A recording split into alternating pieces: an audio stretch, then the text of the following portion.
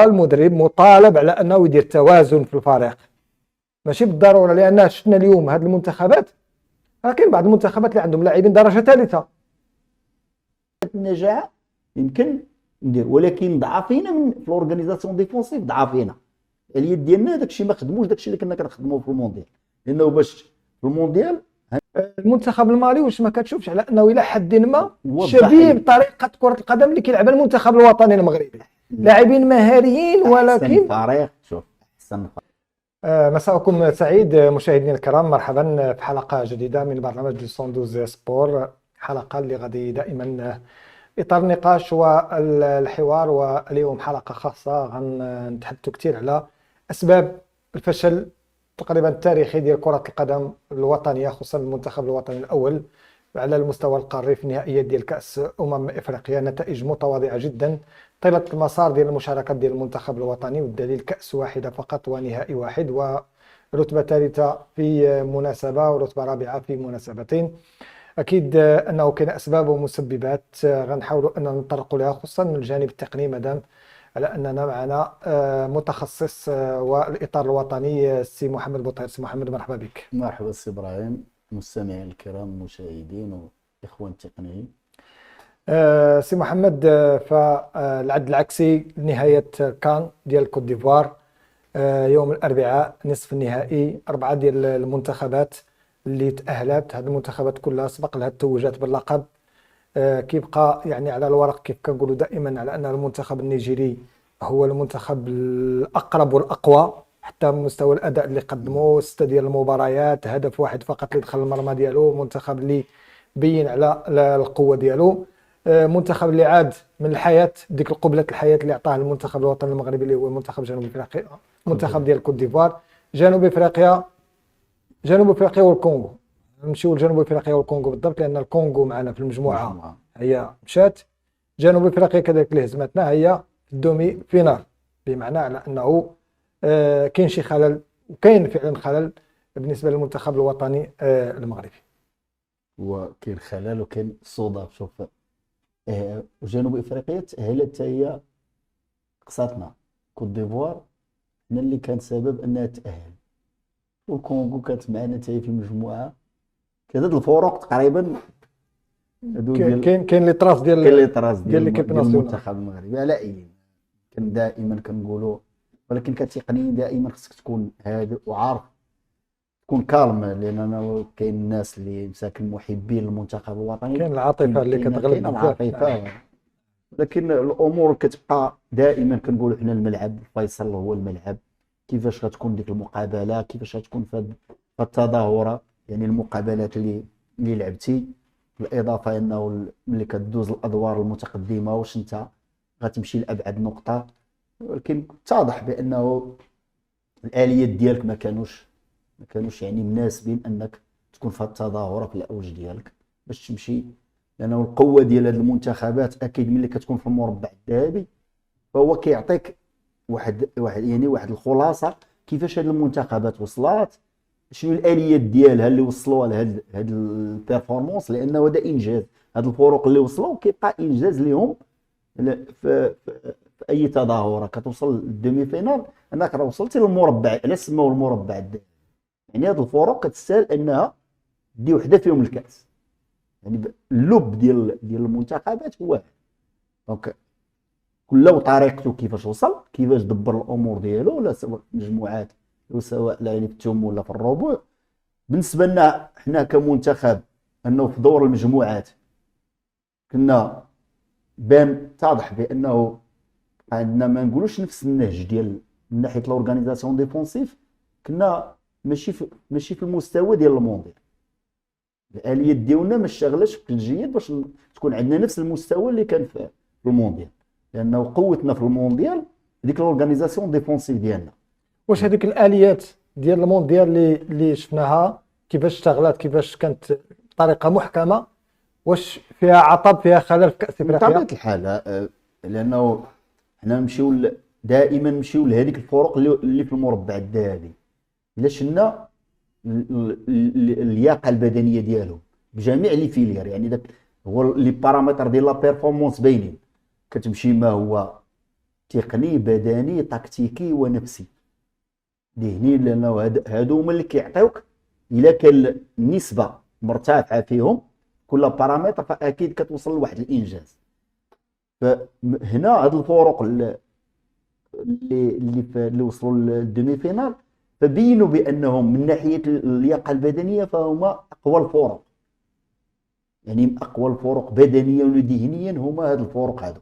اول حاجه من الناحيه البدنيه فكانوا في المستوى العالي، نظرا ملي كترفع النسق او كتدخل في ليديال فكتلقاهم حاضرين هاد الفروق هادي. دونك من الناحيه الذهنيه والبدنيه وسيرتو الذهنيه في الاخير انه ولا التركيز العالي وما بقاش الاخطاء، لانه الفروق اللي تقصات كانت ارتكبت اخطاء منها غانا، منها يعني فروق اللي دارت اخطاء وما كانش بدنيا جاهزه لهاد التظاهره.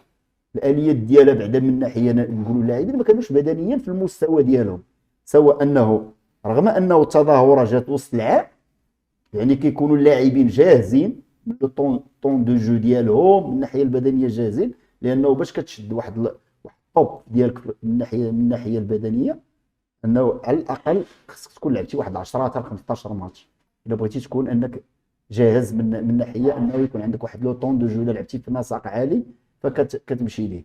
دونك حنا الاليات ديالنا كان فيها مشكل باش تخلي داك البروجي ديالك دو جو اللي لعبتي به في المونديال، لان هما نفس اللاعبين هما اللي كملتي بهم، يعني كتقوي البروجي جو ديالك، كتقويه تزيد عليه شي حاجه لانه كان قوي، كتزيد تقويه لانك داخل تظاهره اخرى يعني بمناخ ديالها بهادي. وزدنا في الكان انه كاع الفروق جميع الفروق ان ما ضغطتش عالي لانه دارت حساب الرطوبه والحراره. على ذيك الرطوبه والحراره سي محمد، فكنظن على انه ملي كتكون كتهيئ البطوله قاريه خصوصا اللي كتلعب سواء في افريقيا الجنوبيه ولا في غرب افريقيا ولا في جنوب الصحراء، يعني هذه المناطق اللي معروف الاجواء كيديروا المناخ فيها، فكيكون التركيز اكثر خصوصا ملي كنتكلموا على المنتخب الوطني المغربي اللي هو اللي كيهمنا بشكل كبير. كيكون التركيز اكثر على كيفاش يمكن تاقلموا ونتكيفوا مع هذاك الجو. ولكن يعني ملي كنتكلموا على التاقلم ونتكيفوا مع الجو هذه غير في مواجهه الجو، ولكن في مواجهه الخصم كنهملوها.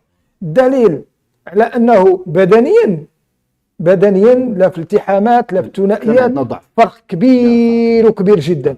واش ما حانش الوقت على اننا نحاولوا نراعيو هذا الجانب البدني، الجانب ديال الهيئه ديال اللاعب، القوه التحمل ديال اللاعب، المورفولوجيا ديال اللاعب، كيفاش يمكن لنا اننا، لان اليوم بكل صراحه ملي كنشوف انا لاعبين متقدمين في السن مثلا في الكوت ديفوار كنشوف سيرجي اوري كيفاش كينهي المباراه، كنشوف فرانك كيسي، كنشوف لاعبين كيفاش كينهيو المباراه هما بهذاك سميتو ديالهم بنفس الريتم يعني. وبنفس الايقاع وبنفس القوه وبنفس سميتو.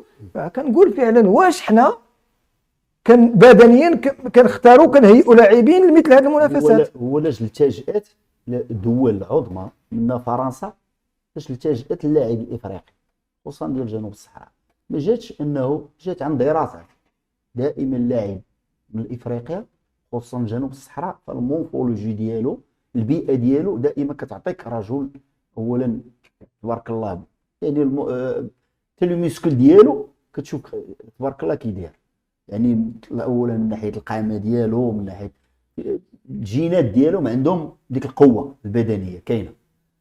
كيبقى انه التكوين ديالو تكوين اكاديمي اللي يزيد مع من ناحيه التقنيات ما كانوش يلقاو تما مشاكل، وبدنيا ما عندهمش ديك المشكل. دونك كيبقى تاكتيكي يعني يخدموا معاه تكوين في لا فورماسيون، انت غادي بري فورماسيون دو بوست كتوصلوا لواحد المستوى. ولكن بالنسبه لنا حنا يمكن دائما كنلقاو اشكال بغينا ولا كرهنا. هذا كان المنتخب المصري هو اللي كان كيتغلب على هذا الجانب، لانه كان هو تيعتمد على المحلي وقوه البطوله ديالو في الضعف دابا البطوله ديالو، لانه البطوله ديال مصر ضعفت والبطوله ديال تونس حتى هي ضعفت. ملي كتكون البطوله ديالهم قويه كينافسوا قاريا، حنا الا بغينا ننافسوا قاريا خصنا نقويو البطوله ديالنا. حنا في ظل هاد الاكراهات اللي ولات دونك ما بقاتش عندنا بطوله اللي غتوصل لواحد المستوى. راه شي غير زدنا السوبر ليغ بانت لينا سان داونز لانه كانوا كيشتغلوا، كانوا تيهيئوا لهاد الظروف هادي. دونك هادو سان داونز عطاو مبالغ، ضخوا مبالغ للفريق الفرق ديالهم باش يوصلوا لواحد المستوى اللي على الاقل هما لقاو بعدا حتى 90% كتلقى اللي لاعبين. ربما هي الا شفتي اللاعبين ديالهم غيكاينه ما بين 80 70% ديال المحلي، ولكن لداخل في التشكيله كتلقاهم تقريبا 8 9 لاعبين، يعني تقريبا كتوصل 90% حتى ل 80. دونك هما لقاو الحل. حنا ما لقيناش، ما انتبهناش لهاد النقطه هذه، اولا تعطات يعني الفروق، ولكن ما دبرناش المراحل ديالها بشكل جيد اللي خلانا نطيحوا في هذه الازمات من النزاعات اللي هضرنا عليها. ديما غنبقاو نرجعوا لانه راه حنا في الفروق ديالنا ما مشيناش لهذا الاتجاه. حتى سميتو حنا راه عندنا حتى حنا الصحراء عندنا لاعبين اللي يكون راه كاين في ورزازات الرشيديه، راه لاعبين اللي تبارك الله راه تتشوف المونفولوجي وهذه، وتنعانيو حتى في لي ديسيبلين اخرين في الهوند والباسكيت. راه خصك هاد القامات، وفي الفولي خصك هاد القامات تقلب عليها على الاقل، لانه ملي كتختار لي لاكس الا كانوا عندك ماشي اكسبلوزيف في هاد الكره الحديثه راه كتمحن. واش هنا سي محمد هنا غنطرح لك سؤال، واش المدرب خاصو دائما يختار اجود اللاعبين، يعني الظرفيه الرقيقيه مثلا في مثل هذا؟ انا كنتكلم دائما على المنتخب الوطني المغربي وكاس افريقيا، على المنتخب الوطني بكاس افريقيا بغض النظر على فين غتنظم. راه واخا تنظم في المغرب وتكون الكلمه مزيانه والاجواء والجمهور وكل شيء، الاليات راه ما عندك والو. اذا اولا المدرب مطالب على انه يدير توازن في الفريق، ماشي بالضروره، لان شفنا اليوم هذه المنتخبات راه كاين بعض المنتخبات اللي عندهم لاعبين درجه ثالثه، كاين لاعبين اللي تيلعبوا في انديه غير مصنفه، كاين اللي كيلعبوا قسم وطني الثاني ولكن ورغم ذلك داخلين رسميين وسط المجموعه وكيبان الاداء ديالهم وسط المجموعه. واش حنا ضروري خصنا نختاروا اللي كيلعب في مانشستر ويلعب تشيلسي ويلعب في البايرن ويلعب غير كاسماء ديال، ولكن ننساو المنظومه وننساو الجماعه ما هو جماعي. هو اللي غنختلفوا هو انه نختلفوا ما بين تهيئ فريق ديال فريق عادي والمنتخب. فالمنتخب الحمد لله حنا كاينه القاعده موسعه ولات عندنا، يعني كاين الاختيار، غير في ديك الظرفيه خص الاليات اللي يكونوا واجدين في ديك الظرفيه اللي غتمشي للتظاهره، خص الاليات ديالك يكونوا حاضرين. وهذا هو الاختلاف اللي دائما كنلقاو فيه اشكال. دونك الا كانوا دوك الاليات ديالك موجودين في هذه التظاهره اكيد انك ما غتلقاش مشاكل. الا الاليات ديالك ما كانوش ديك التظاهره واجدين راه غادي تمحن كما حنا دابا تمحن. ولكن واش هاد الاليات السي محمد بالضروري على ان هاد الاليات ناخذوهم كلهم بنفس القيمه؟ ضروري على انه يكون عندنا لاعبين اللي تيلعبوا في مستوى عالي في الدوريات الخمس الكبرى كاسماء، بغض النظر عليه واش كيلعب، واش عنده واحد لو طون دو جو، واش لعب مباريات، واش ما لعبش، المهم راه اسم هو كيلعب في اكس فريق في الكبير. واش هذا هو سر النجاح ديال المنتخب؟ لا احنا قلنا عندنا اولا قاعده موسعه الاختيار. اللاعب اللي واجد عنده لو طون دو جو، واجد بدنيا وذهنيا، لانه تكتيكيا راه انت عارف الاختيار ديالك شنو بغا يدير، البروجي جو ديالك راك عارفو. داك اللاعب راه ملي كيكلع في واحد المستوى اي بروجي جو بغا ديرو راه غادي ينجح معاه. دونك من الناحيه الذهنيه والبدنيه اولا لو طون دو جو ديالو، واش لاعب واحد لي ماتش اللي مخولي ليه انه يدخل لواحد المنافسه اللي فيها نسق عالي وفيها لاعبين في واحد المستوى عالي. دونك خصك هذاك الاختيار تكون ناجح فيه 100%. الا ما كنتيش ناجح فيه في ديك الظرفيه اكيد انك ما تقولش راه غادي نوصل لواحد الهدف وانت داخل بواحد الاليات ديالك ماشي في المستوى. دونك الاختيار في ديك اللحظه اللي في ديك التظاهره الا كنتي نجحتي فيه 80 حتى 90% اكيد انك ما غاديش تعذب في ديك التظاهره، تقدر تمشي لابعد نقطه على حسب المنافس. ولكن لا الا انت الاليات ديالك ما واجداش، يعني هذيك اللحظه انت ما الاختيار ديالك انك فشلتي فيه، يعني هاد لي بارامتر ما كما ما تنقولوا تبطيهمش. ما تبطيهمش، فاكيد انك غادي تفشل أدي وعاد الثمن. غادي دونك الجاهزيه في ديك اللحظه مهمه، والجاهزيه هي لو طون دو جو، لانه هذوك اللاعبين باش مشاو لواحد التظاهره ومشاو للكاتريام كلشي كان جاهز، كانت مسائل بسيطه، كانت كتقدر دير لها لا جيستيون. وكاس العالم محفزه اكثر. طبيعه كاس الحال حنا العالم قلنا لانه كنتكلموا على كاس العالم. دائما حنا هذا هو المشكل، ملي كنمشيو للمونديال كيكون واحد الحافز عندنا كاملين، حتى حنا نفسيا كنكونوا مرتاحين. لان السي محمد انا كنعتقد في نظري لانه السبب من بين الاسباب انه ملي كيمشي فريق من افريقيا ولا فريق من اسيا كيكون دائما ذاك الفريق اللي اقل محقور محقور واقل حظوظ، وبالتالي هنا كدير التحدي انت. حتى الخصوم احيانا راه شفنا المنتخب الارجنتيني اللي فاز باللقب خسر مع السعوديه. وي ماتش نعم. اذا على انه حتى ذاك الخصم اللي كتبغي تواجهه سواء بطريقه او باخرى كيكونوا اللاعبين ديال الفريق اللي كيحس براسو انه فافوري داكشي كيكونوا لاعبين مرتاحين نفسيا، ما كاينش التركيز بنسبه عاليه في المباراه، ما كاين هذا اللي كيخلي على ان منتخبات افريقيا كدير واحد الباركور اللي مزيان في كاس العالم. ولكن على عكس ملي كتجي لكاس افريقيا كنلقاو شكل اخر. هادشي عشناه مع المنتخب الوطني المغربي 86، شفنا كيفاش كان المنتخب الوطني المغربي اول منتخب افريقي اللي كيمشي للدور الثاني. من بعد منها جينا بعد سنتين كاس افريقيا اللي كانت هنا في المغرب، خرجنا من دور النصف حلينا الرتبه الرابعه. شفنا في 98 كذلك المنتخب الوطني المغربي مع اوري ميشيل. من وراها شفنا شنو اللي كان وقع، ومشينا قبل من 98 قبل من كاس العالم مشينا لكاس افريقيا وشفنا الخروج كيف كان يعني هنا كيبين على انه كاس العالم ما عمرنا ناخذوها واحد المعيار نبنيو عليه. ممكن انه يكون واحد الارضيه، ولكن الاساس والاهم هو القاره اللي كنتميو هو كاس افريقيا، هو كيف نحضر منتخب قوي قادر على انه يقارع المنتخبات الافريقيه ويمشي بعيد في المنافسه. هذا هو المطلب الاساسي اليوم. طبيعه الحال دابا ما نختلفش. شوف كل تظاهره كتخلي لك واحد التقييم اشنو خاصك دير الا بغيتي. لانه دابا غنساليو كوب دافريك، اكيد انه لا تحليل الاداء، يعني تكون واحد الدراسه شامله من جميع الفرق من جميع المنتخبات المدربين، كتعطيك كتقول لك ودي التظاهره فين وصل المستوى ديالها، ها الفرق الافريقيه فين وصلت المستوى ديالها، ها لي طوندونس اللي كاينين فيها، يعني كلشي غادي يحطوا لك ديتاي.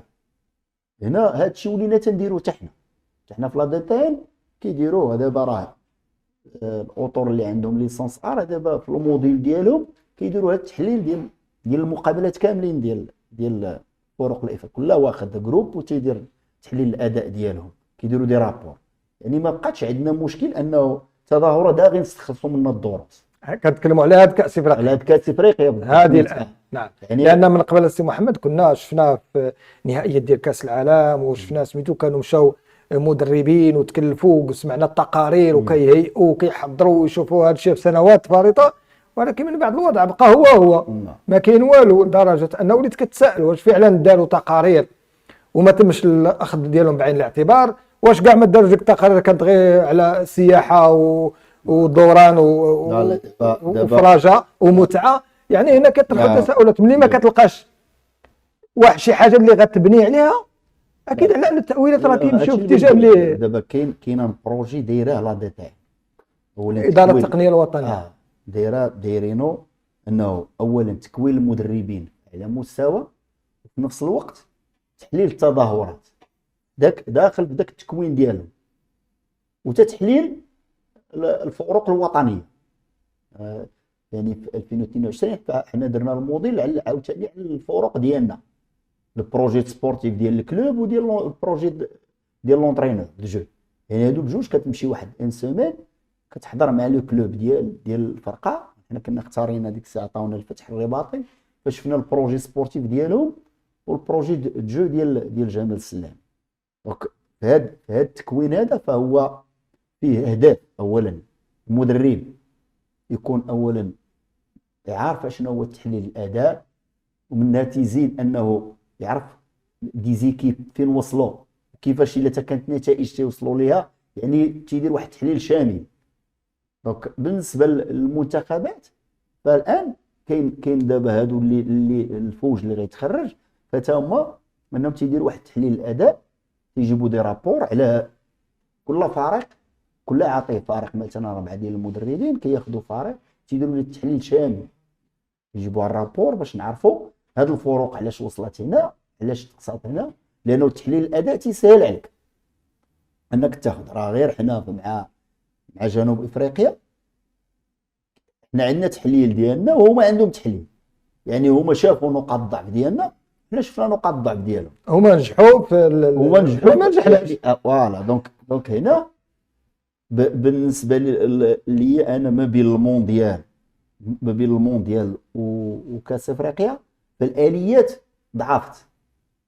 الدليل انه في المونديال كنا واحد البلوك كومباكت، حتى انه انت ما كتلقاش لي زانترفال فين يدخل عندك لادفيرسير كيمشي لي كوطي وانت فور في لي كوطي، انت في لي كوطي فور انك داغي تتريكيبيري البالون تتمشي بها من لي كوطي عندك قويين. وحنا شفنا انه بقاو هنا في الافريك راه بقى لي كوطي صحاح، ولكن في العمق لقينا مشاكل لانه ما كانوش الاليات ديالك واجدين انهم باش يحدوا لك من هذيك الخطوره. رغم انه من الناحيه الهجوميه راه كنا باقي محافظين اكثر كاع، راه في المونديال كنا كنوصلوا 2-3 ولكن كانت النجاعه. دابا الان حنا كنوصلوا اكثر وما النجاعه ما كايناش. دونك هذا العامل، ها هو كاين النجاعه ما كانش، دونك كاين اشكال عندنا ما كاينينش هدافين. وبالدليل ربما الا جينا نحطوا نصدوا راه غنلقاو حكيمي هداف، ربما مور النصيري ولا كاين حكيمي، كاين زياش، بوفال، هادو هما مع وليد الركراكي، هادو هما اللاعبين اللي مسجلين كاين اكثر النصيري الاول، وربما حكيمي هو اللي تابع، انا لا ما نظن على اي. دونك هنا في الاحصائيات عطاونا بانه من الناحيه الهجوميه ما تنسجلوش، ما كانش النجاعه. لا لو كانت النجاعه يمكن ندير، ولكن ضعفينا من في الاورغانيزاسيون ديفونسيف، ضعفينا اليد ديالنا داكشي ما خدموش داكشي اللي كنا كنخدموه في المونديال.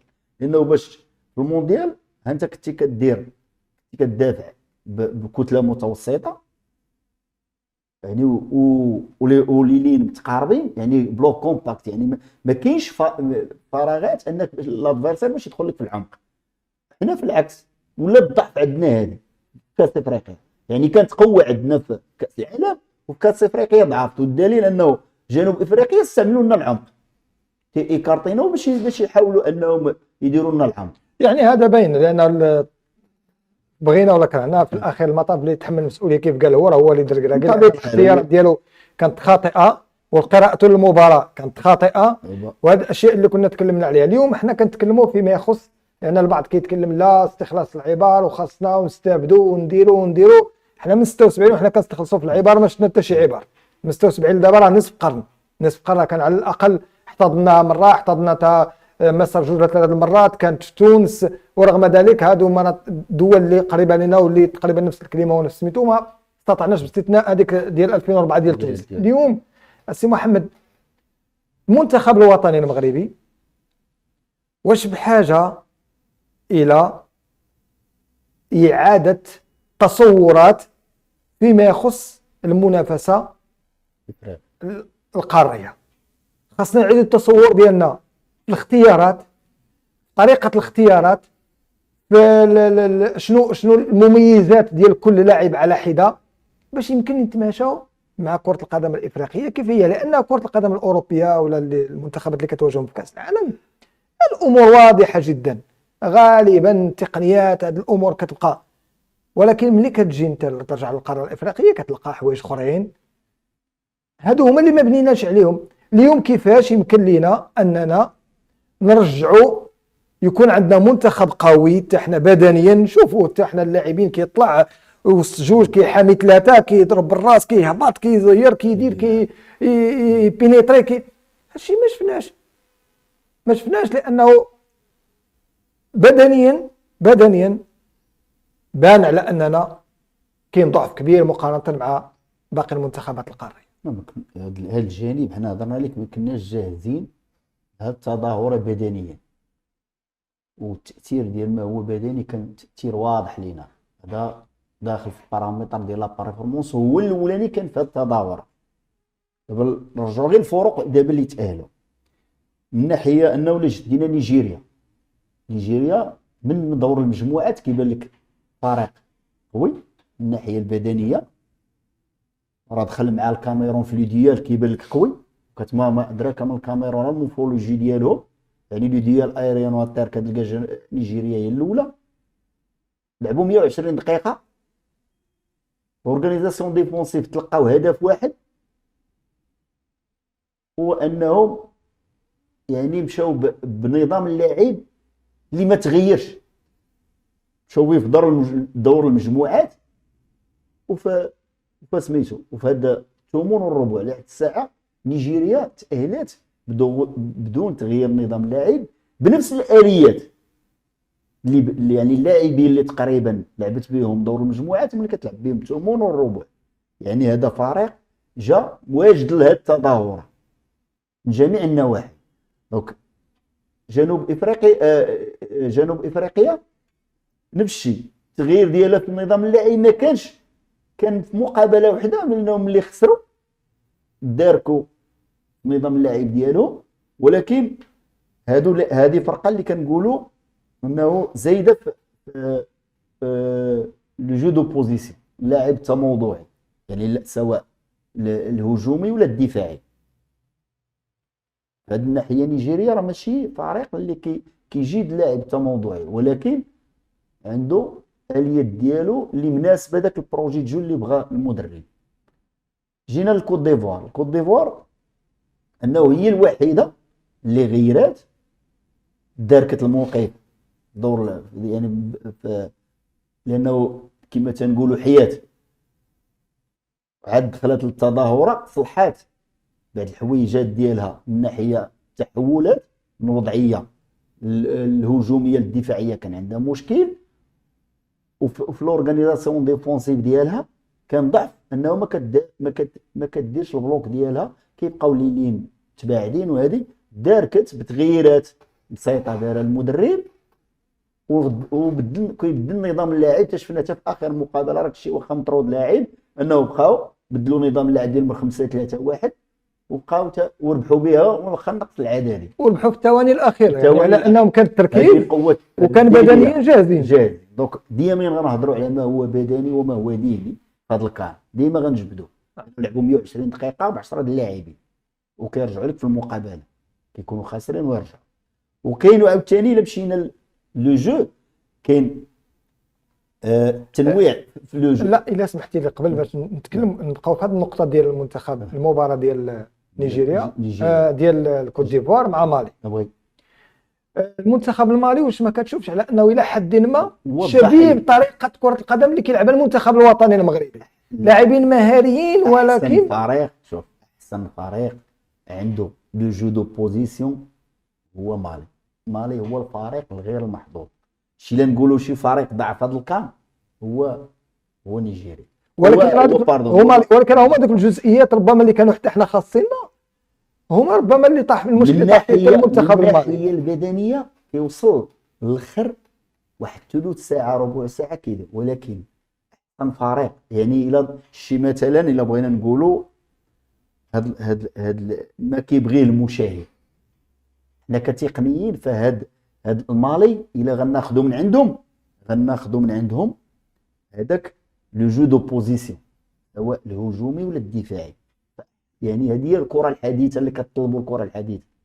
فاحسن فريق كتكلاسيهم بغيت كتقول هو الكابفير جنوب افريقيا. هاد ثلاثه الفراقي عندهم لو جو دو بوزيسيون سواء الدفاعي ولا الهجومي، يعني اللاعب التموضعي. مالي كان خاصهم شويه تحرميه هما كان عندهم. لو كان انا نقول لك مع الكوت ديفوار كيفاش تقسى، هما راه كاع المقابلات دوزوهم في مستوى عالي. مع الكوت ديفوار اللحظه اللي تعبوا لي شي جوج لاعبين تغييرات اللي دار بعد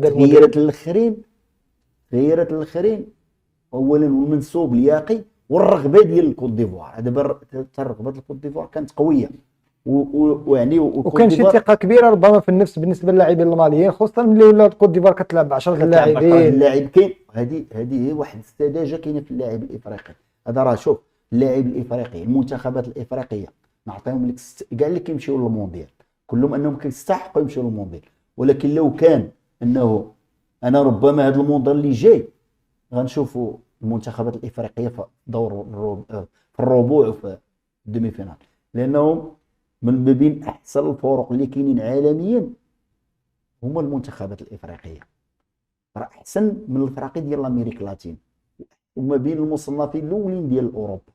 غير كتمشي كتكون ديك السذاجه، ما كتمشيش بديك الرغبه. ربما دابا بوصول المنتخب المغربي للدومي فينال فهو انه تفتح واحد الطريق للمنتخبات الافريقيه باش حتى هي تحمس وتمشي غير كنقولوا تمشي ريغولي ما. نعم. وفي هذا الاطار لانه جبتي القضيه من رئيس الاتحاد الافريقي لكره القدم موتسيبي في واحد اللقاء مع البي بي سي قال لهم على انه اللي كان كينقص اللاعب الافريقي والمنتخبات الافريقيه هو المال، الفلوس.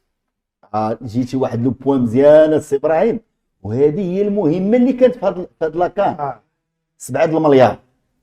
دابا تصور انت بالله عليك نيجيريا يعني ما بين الدول اللي عندها النفط مثلا، ربما كون طورات الكره كون دارت واحد ولكن هي اضعف جامعه. عندهم الغاز وما قادرينش يستثمروا في الرياضه، لانه تبارك الله 120 مليون النسمه ولا ما نعرف، وعندهم الطاقات بزاف، راه 120 مليون النسمه. ولكن كيف ما كان الحال سي محمد، راه منتخب اللي من 20 مشاركه راه 16 مره كيمشي للدومي فينال. هذه بالنسبه انا كنقول لك بالنسبه لتطوير البطوله ديالهم، فهمت؟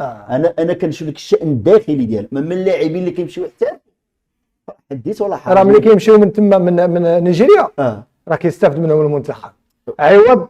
لان دابا واحد النقطه المنتخبات الافريقيه، انا بغيت نعرف عدد اللاعبين ديال المنتخبات الافريقيه خصوصا اللي زادوا وتربوا وكبروا وتكونوا في اوروبا، نسبه قليله جدا.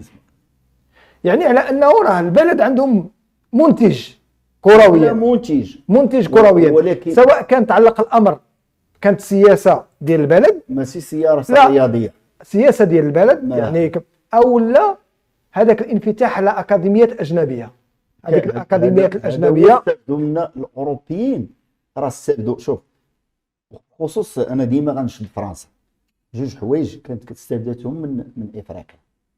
باش اولا دارت اكاديميات، وثاني حاجه كونات المدربين ديالها في افريقيا.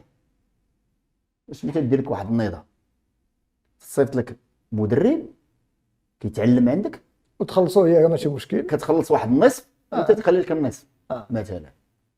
اولا هو كيتكون تما وثاني هو داك العين تقنيه حاضي تما باش فهمتي، وكيديروا اكاديميات استقطاب اللاعبين المواهب، يعني كانت مستافده اكثر.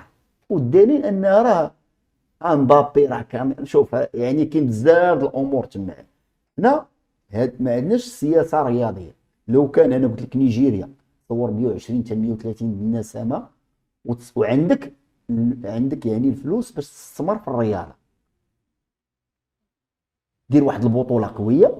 دابا تفرقه في نيجيريا ما كتوصل للدومي فينال. كانوا واحد الوقيته كانوا جولدفيلد وهذوك الغاني ديال غانا. دابا كان بالنسبه لنيجيريا ربما الاشكاليه الكبيره اللي كاينه سي محمد، انا نقول لك الاشكاليه الكبيره اللي كاينه بالنسبه لنيجيريا انه رغم هذه الصعوبات، رغم هذه المشاكل، رغم لانه ما كاينش واحد الاهتمام، ولكن ملي كنجيو كنرجع يعني شويه للبالماريس ديالها كنلقاها ثلاثه المرات بطل ديال افريقيا. هي ما بين المنتخبات القويه في افريقيا. هما خصهم يزيدوا يتقواو. حنا افريقيا كنتميو ليها، فرحات عندنا في المونديال نشوفوا جوج في الدومي فينال ونشوف فينال اوروبي. مثلا كيكون فينال اوروبي بغينا فينال افريقي، لانه عندنا الاليات كاينه. السياسه الرياضيه اللي خصها تكون في شي دول، الكونغو مثلا، الكونغو حتى هي راه عندها شي 100 مليون نسمه، ولكن واش عندها بنيه تحتيه قويه ان باش تهيئ لاعبين وتطور البطوله ديالها. يلاه دار تي بي مازيمبي وهي بدات يعني المشروع بدا تيتحبس ديالو.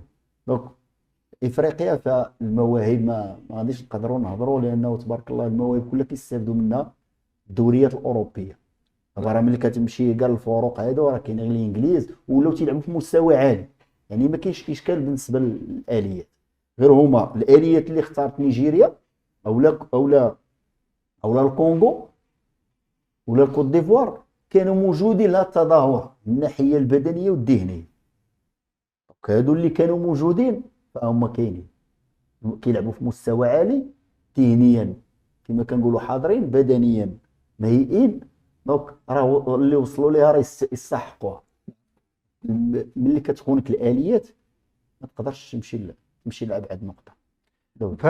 اذا سي محمد، حنا الا بغينا الخلاصه ديال الحديث وديال هذا النقاش اليوم بالنسبه للمنتخب الوطني المغربي، انه بغينا ننافسوا قاريا، بغينا خصوصا حنا على انه سنه فقط وغيكون عندنا نهائيه ديال كاس افريقيا هنا في المغرب، لا يعقل وغير مسموح بتاتا على انه يكون فشل اخر بالنسبه للمنتخب الوطني المغربي. صحيح كنقولوا على انه ما كاينش شي حاجه علميا ثابته، ولكن قنعني وإلا ما نجحتيش غنقول الغالب الله، ولكن قنعني. نفس قدم مستويات كبيره، دير واحد، اعطي واحد الصوره جميله، اعطي واحد سميتو حتى الى خرج. لان كنشوفوا هذا الشيء فرق كبيره كدير مباريات وكتخسر بخطا، ولكن كيخرج كل شيء من مالي مقتنع. احنا قلنا مالي ما بين المنتخبات اللي تستحق تكون في المربع الذهبي ولا ما تكون في النهايه، لانه المردود ديالها يعني هاد اللعب الحديث اللي كاين. يعني كنا داك لو جو دو بوزيسيون كلشي تيقلب عليه في هذا الوقت، تيخدم عليه، هو تيبغي وقت. لانه علاش جينا جنوب افريقيا حتى لانه الفريق اللي اللاعبين اللي في ساندونز عندهم هاد لو جو دو بوزيسيون، سهل على لونطرينور ديالهم انه يلعب به. فمالي يعني خدات الوقت لانه عندهم في المدرسه ديالهم في 17 في 19 نفس اللاعب. هاد لو جو دو بوزيسيون كنشوفوهم في التظاهرات العالميه كيطبقوه اللاعبين ضمالي، خصوصا انه عندهم كاليتي تكنيك تيميتريزيو لو جو. دونك كيبقى على المدرب انه يسهل عليه انه يوصل لذاك لو جو دو بوزيسيون. على اي حنا راه خصنا نخدم وخصنا سيرتو في المنتخب الاليات اللي واجده هي اللي تكون ديك التظاهر. اذا مبدا الاستحقاق بطبيعه الحال خصو هو اللي تيحكم بطبيعه الحال. بغض النظر كيف قلنا في البدايه، قلنا على انه راه شفنا منتخبات اللي عندهم لاعبين كيلعبوا درجه ثانيه درجه ثالثه جيبوا. علاش؟ حيت لي الكلوب ما عندناش شكون اللي غيمكن يعطينا الاضافه، شكون اللاعب اللي غيقدر يتماشى مع داك الاهداف اللي مسطره لينا ماشي كنقول كمدرب، انت هي كمدرب، ولكن كمنتخب وطني. المنتخب الوطني المغربي اليوم مثلا خصها تكون قوته في المجموعه، ماشي في الاشخاص، ماشي قوته في الاسماء، لا في التركيبه ككل. اللي يستحق انه يكون في شي مكان ويعطي اضافه في المكان يجي فيه، بغض النظر. لان اليوم دخلنا في واحد الصراعات، دخلنا في واحد الاشياء، لا حيت هذا راه رجاويد، لا حيت هذا ودادي، لا حيت هذا من الجيش، لا حيت هذا. شوف في المنتخب كيذوبوا كل هذه الالوان، كيبقاو جوج الالوان هي العلم الوطني اللي كيشكلوا العلم الوطني. بالتالي فكلنا عندنا هدف واحد، هو ان المنتخب الوطني المغربي ينجح. انا كنتحدى شي واحد كيف ما كان الانتماء ديالو والحب ديالو للنادي من النوادي على المستوى الوطني اللي ما فرحش بالباركور اللي دار المنتخب في كاس العالم. اذا هنا الوطن فوق كل شيء، فوق الجميع. اللي بغى يخدم وبتحمل مسؤوليته في المنتخب الوطني المغربي، فاول شيء خصو يوضع في الاعتبار ديالو هو ان الشخصنه والعلاقات الخاصه. لانه كنذكر واحد التصريح كان قالوا المدرب الحسين عموته، اللي بالمناسبه غنرجعوا ان شاء الله في الحلقه غدا وغنتكلموا بما يكفي، لانه كتب التاريخ في الاردن، ومازال ان شاء الله نتمنوا على انه يكون اكثر، لانه غيلعب نصف النهائي مع المنتخب ديال كوريا الجنوبيه. فكان قال على انه المؤثر جدا داخل المنتخبات ولا داخل بعض الانديه هو ملي كيكون 4 5 ديال اللاعبين عندهم وكيل اعمال واحد، هذوك تتولي تدخل في صراعات مع داك وكيل الاعمال. لعبتي ليه واحد وخليتي ثلاثه مشكل، لعبتي جوج وخليتي جوج مشكل. يعني تيبغي يفرضهم انهم يلعبوا، ويمكن هذا يتضامن مع هذا، كنوليو في هذيك بحال الشكل ديال اللوبيات ولا النقابه ولا سميتو. اليوم للاسف هذا الشيء راه خصنا نديرو مع القطيع. خاصنا المنتخب الوطني المغربي منتخب ديال اللاعب الجاهز والذي يستحق ويعطي الاضافه ويسعد الجماهير المغربيه. بطبيعه الحال دابا شوف، حنا ما يمكنش كما كنقولوا نرجعوا للور. عندنا نستحضروا يعني واحد الماضي نستحضروه. نعم في دقيقه سي محمد ان نستحضروا واحد الماضي. اخطاء راه وصلنا ليها ديما كنعرفوها، خصنا تتجاوز، لانه المرحله المقبله راه ما بقاش. راه دابا واضحه البروجي ديال الجامعه، راه واضح فيه الاهداف. هو المنتخبات خصها توصل لابعد نقطه، وابعد نقطه هي الالقاب، ما بقاش عليها نقاش. لان هادشي اللي موفر دابا ديال الظروف اللي موفره في تاريخ كره القدم الوطنيه. المنتخبات ما عمرها توفر. دونك تمن الحمايه حنا قلنا كلشي كان بوزيتيف، كلشي كان غادي في اتجاه انه راه حتى قبل السفر في التشكيله ما هضرنا، ما خلينا الامور، قلنا كاين بعض الاشياء ولكن المدرب يتحمل المسؤوليه. حنا كيهمنا منتخبنا واللي تيهمنا. دونك الاليات، الا كان عندك الاليات في ديك الظرفيه واصلين لواحد المستوى اللي كتطلبوا منافسه، اكيد انك غتتحقق واحد الانجاز. ما كانوش دور في جنابك وقلب. هذه هي الكره. راه حنا كاع في الفريق بالتجارب كنهيئوا ديك السيمانه كنتريو كتقول هاد الاليات واش غادي كتبقى. هذا السؤال ديما تطرحه، لانه الجور الجاي كلشي يكون واجد. نعم واحد يقدر يختلف، هذاك واحد تغلب عليه تقدر تشونجي، ولكن ملي كتلقى 3 4 5 صافي كلشي وقف، مشات لك ديك الماكينه وقفات. شكرا سي محمد. وين امسيه سعيده للجميع. غدا ان شاء الله نرجعوا باش نتحدثوا على دائما هذا النقاش على المنتخب الوطني المغربي وكذلك على كرة القدم الوطنية. شكرا للزملاء التقنيين لأمن النقل المباشر ديال هذه الحلقة. شكرا لكم مشاهدينا الكرام، نلتقي غدا في نفس التوقيت إن شاء الله، في أمان الله.